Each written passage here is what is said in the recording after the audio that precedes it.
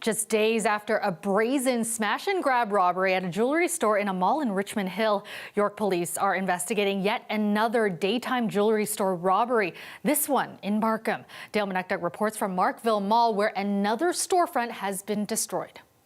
York Regional Police say shortly after 12 p.m. they received numerous calls about a jewelry store robbery inside the mall. There were at least 9 people smashing the storefront window with hammers and then fled. We'll show you some of the video. It was taken by a stylist who works a couple of units down, Omid Babai. He arrived at work at 12, and he says within 8 minutes, chaos erupted. He was even threatened at one point, he says, by one of the thieves wielding a hammer. Have a listen. I was hearing something happen, like the smashing the mirror or something. All the people was going to the Walmart, ran away because they were scared, right? And then I went out from the shop. I saw that maybe over 8 or 9 teenagers without wearing a mask or something. They were smashing the mirror of the jewelry. And immediately I took my phone, starting actually taking a video.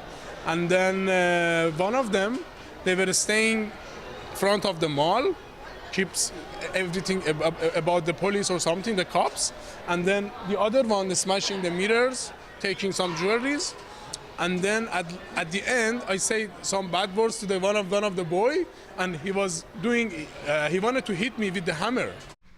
Now, Babai also got a shot of a car speeding out of the parking lot. You can see that it's a white Honda Civic. It's got the front end damage, pulls a Yui, and then drives off. Police do say that a Honda Civic is believed to be the suspect vehicle, and that when it left the mall parking lot, ended up rear-ending another vehicle. The occupants of the suspect vehicle got out, tried to flee on foot, but cops were able to arrest 4 of those people, and then they found 2 more inside a washroom nearby at a restaurant. The occupants of the vehicle that was rear-ended, they had some minor injuries. 2 people were taken to hospital. Now, you mentioned, Kelda, this is not the first time this has happened this week. There was another incident earlier this week at Hillcrest Mall on Monday afternoon, a brazen smash and grab. Here's what police had to say about these 2 incidents. There's no information right now to suggest that the 2 incidents are connected. However, we do understand the concern of the motive and both the means of which these robberies are being committed, how they are similar. But there's no information right now to suggest that they are connected. Now, police are still trying to determine how many suspects are outstanding. There's no descriptions at this time, but for the moment, 6 people are in custody with more on the loose. We'll send it back to you, Kelda. All right, thanks so much for that, Dale. That's our Dale Manuktuk. Still in Markham, police are searching for one person wanted in a drive-by shooting last weekend. York police released this video today showing a dark gray sedan stopping outside a business and firing multiple shots. It happened on Saturday at around 9:30 p.m. at a commercial plaza near Bullock Drive and Hawkridge Avenue. A man was wounded in the shooting but is expected to survive. Well, cottage country is getting another big helping of snow today, stopping residents in their tracks, many of whom haven't even finished digging out from the last winter storm just days ago. Lisa Shing has more from Gravenhurst. It's been 5 days now of non-stop shoveling. It's in probably 2 to 3 times a day. Oh my gosh. Yeah, we shoveled Saturday, we shoveled twice, and within 12 hours we probably had another 3 feet on the driveway. That work continues as Ontario's cottage country is hit with another bout of winter weather, before they've fully recovered from the last onslaught. Some, though, are making the most of it. We've been digging for probably about 5 days straight now, and we're finally out.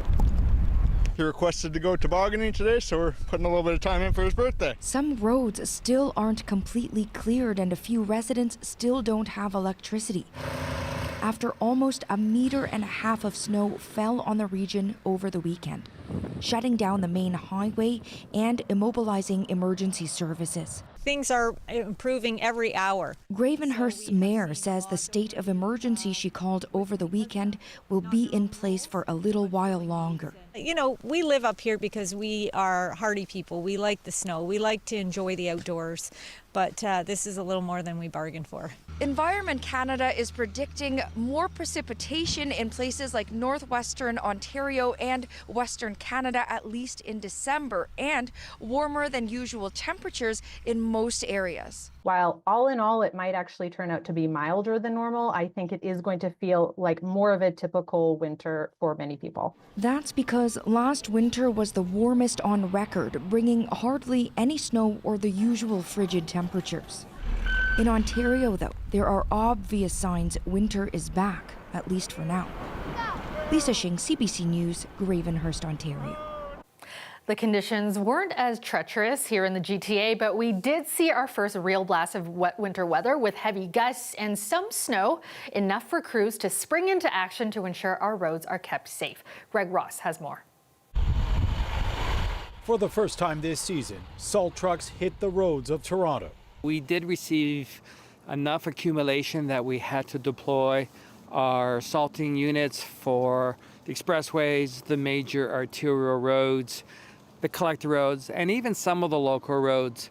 In total, the city sent out about 700 salters like this one, all in the north end. We did not have to deploy any equipment in downtown Toronto or by the lakeshore. This is a lot later than the city typically has a major deployment of winter road cleaning equipment. But a normal, typical winter season in Toronto, we would begin activating in November. In fact, this is even later than last year, which was the mildest winter in Toronto on record.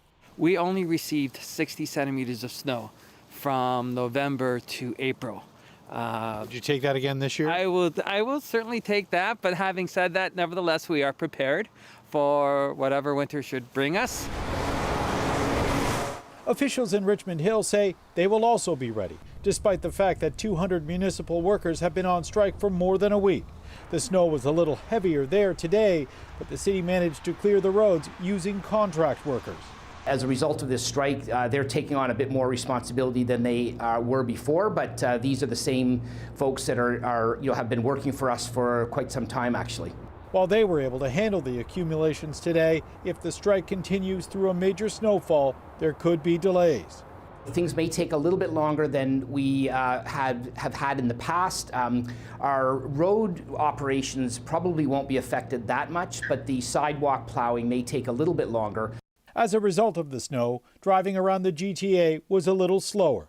We are getting multiple calls for service crashes really all across the region, and that's stretching all the way from the GTA right up through Orillia to Huntsville and far beyond. The OPP are warning drivers to leave extra time during the winter months, and they say it's always a good idea to make sure you've made the switch to winter tires. Greg Ross, CBC News, Toronto. Another day, another delay for the Eglinton Crosstown LRT. The ever-extending deadline is now pushed back even further, maybe, but not definitely, till at least next summer. As Ali Chiasson reports, no one is making any promises on a timeline. First, the Eglinton Crosstown was set to run in 2020. Then the pandemic happened and the opening date was indefinite. Then it was maybe fall of 2024, beginning of 2025.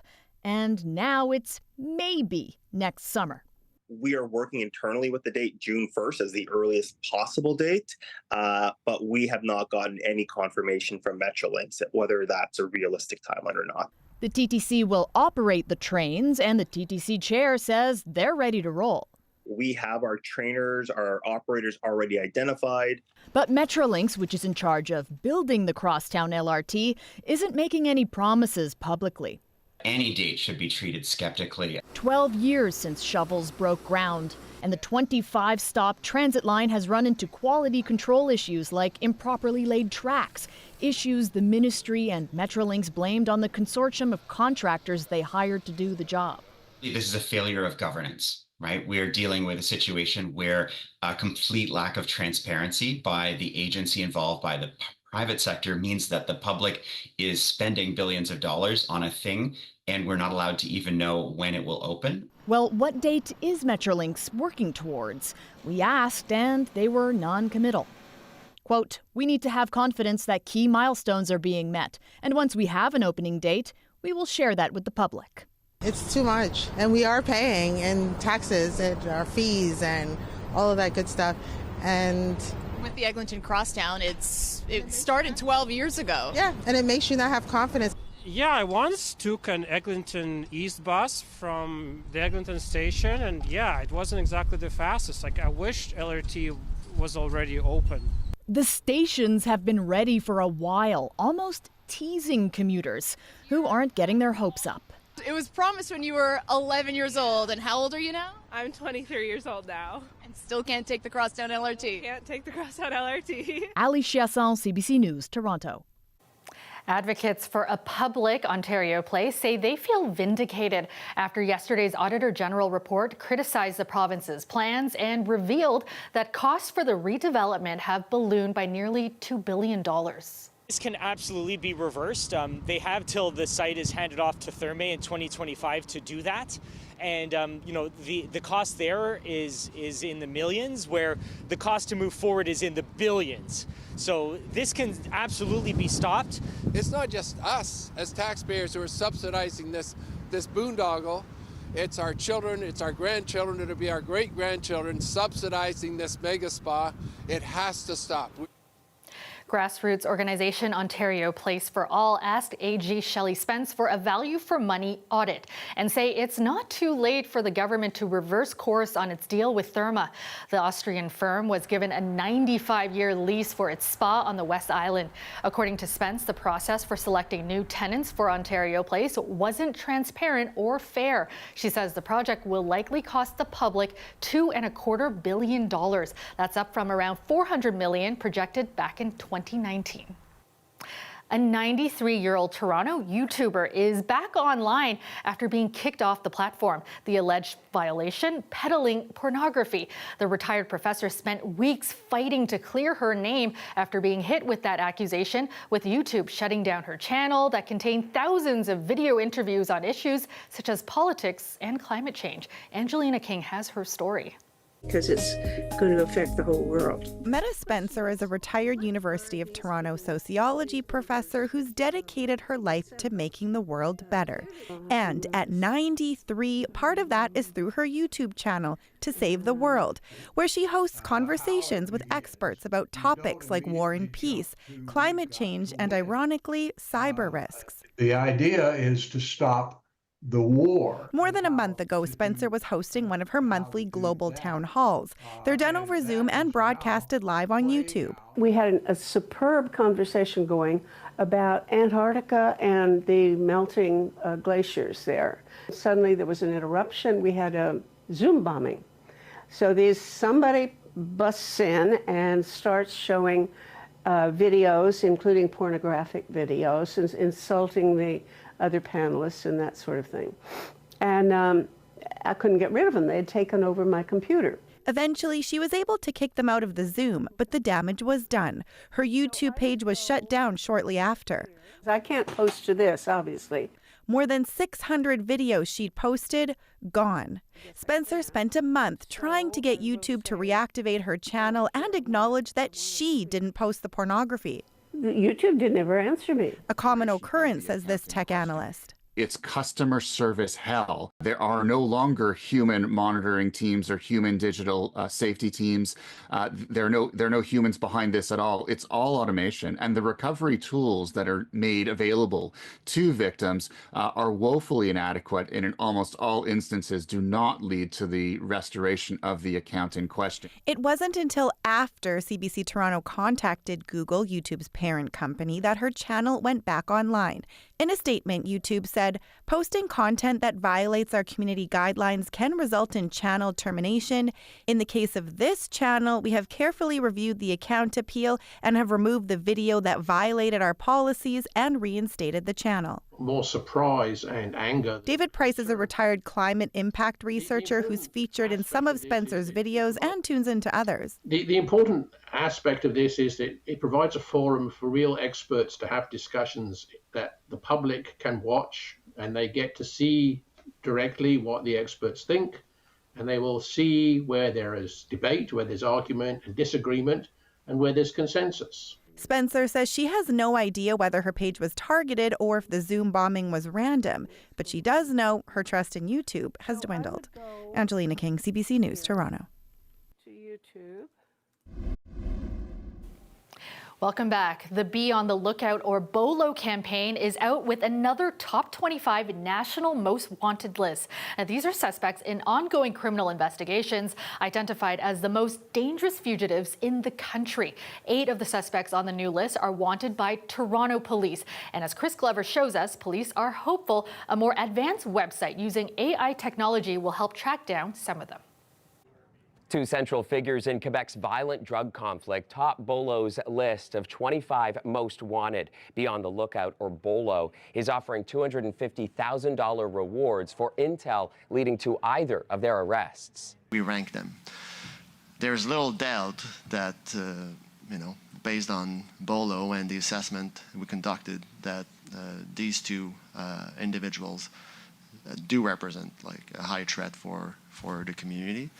Now, 8 of the 25 are wanted by Toronto police, 1 by Peel and 1 by York. And BOLO is using new technology to help you learn about and recognize the suspects. First, their mugshots are in motion. Thanks to AI technology, you see them move and interact, hopefully making them easier to identify.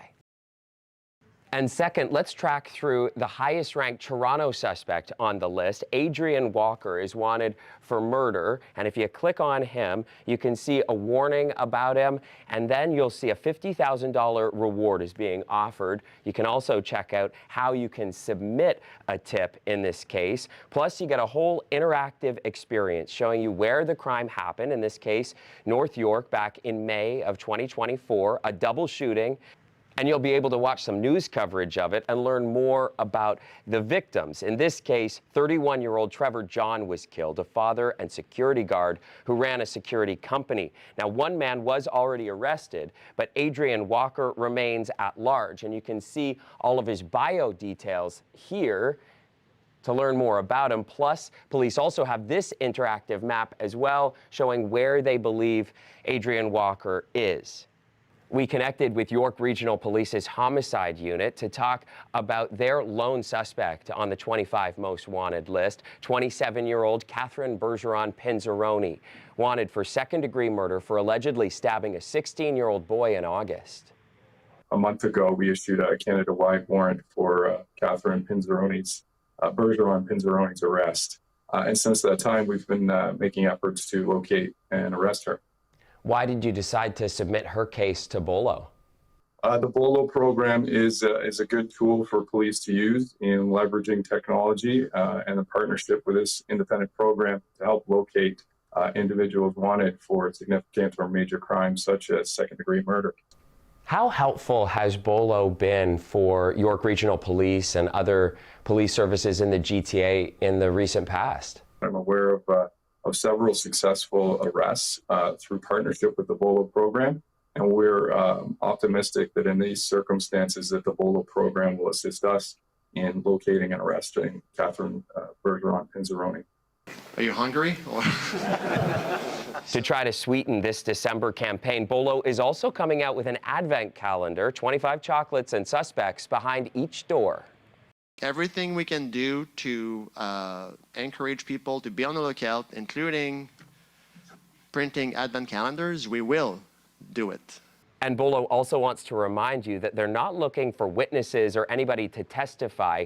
These cases are all ready for court. All they need is their suspect. Chris Glover, CBC News, Toronto. Toronto police are warning people to be mindful of theft this holiday season, launching their Lock It or Lose It campaign today.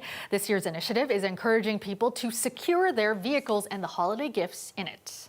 We're going to be walking around the mall trying to cover everywhere and checking your doors. If your doors are locked, if your windows are rolled up or just put up, and all your valuables are out of sight. And now when I mention valuables, it's everything of value. Change, cell phones, GPS, dash cams if you can. Put everything away. Police were out at Sherway Gardens Mall checking vehicles in the parking lot. Anyone whose car had their window cracked open received a note from police warning them of the dangers. Colette joins me now. And Colette, this burst of winter that we got in the city, no doubt helping to get more people in the festive holiday, right? Well, let's hope that's what it's doing. Yeah. It may be putting some folks, headaches as well. Yeah, in some other moods, but I find that the snows in December are really easy to take and quite enjoyable. After that, it's a different story. I know if you live in Bracebridge or Gravenhurst, you might be feeling a little differently, but certainly there's going to be lots of snow for winter activities and for our ski hills. So just having a look at daytime highs from today, some of the light snow earlier this morning in the GTA, just not really sticking because the temperature wasn't cool enough and there wasn't enough of it. But we get into a whole different scenario when we're talking about the lake effect and the wind that's going to, with those lakes, enhance the snowfall, including in some of the areas that were so recently hit. We're looking at another 15 to perhaps 25 or 30 centimeters. But watch these winds, as strong as they were today from the southwest, they're still blustery into Thursday, but they turn to the west and then the northwest. So it just changes the areas that really get affected by the snow squalls. So warnings over a wide area, although it won't be constant in each area. It's so localized, and then those banners will shift, essentially. They'll move off of the lee side of Lake Huron and around Georgian Bay, and just we'll see that as we go through, certainly tonight, even into a portion of Friday. Plus, we've got poor travel conditions with the lighter snow that's going to be affecting the GTA through tonight and even a portion of the day tomorrow. So kind of watching how we get a burst through the overnight tomorrow morning, maybe even some sunny breaks in areas developing, but then another streamer kind of developing off of Georgian Bay. And as you see that here, I've stopped this at 4 p.m. on Thursday. It looks like it's coming in past the 401 corridor, perhaps even into downtown, but certainly 401, 407. Those are areas that will see some enhancement too. So Richmond Hill, towards Uxbridge, Aurora, you're more towards that 5 to closer to the 10 centimeters, whereas as we get closer to the city or the lakeshore, and it's more in that sort of 5 centimeters, say 4 to 6. Another area that could be hit quite hard because of that lake enhancement to the west there, London area, potentially 30, 40, even 50 centimeters of snow there. So certainly lesser amounts for the GTA, maybe just enough to kind of put you in the mood for it. You'll certainly be feeling the cold, though, as that Arctic air moves in. Tomorrow morning, it's going to feel like almost minus 10 and still chilly until we get into next week. Yeah, and then look at that. We go back up, right? A big flip around, melting some of that stuff that comes down. And thanks so much, Colette. And that's all the time we have tonight. Have a great night, everyone.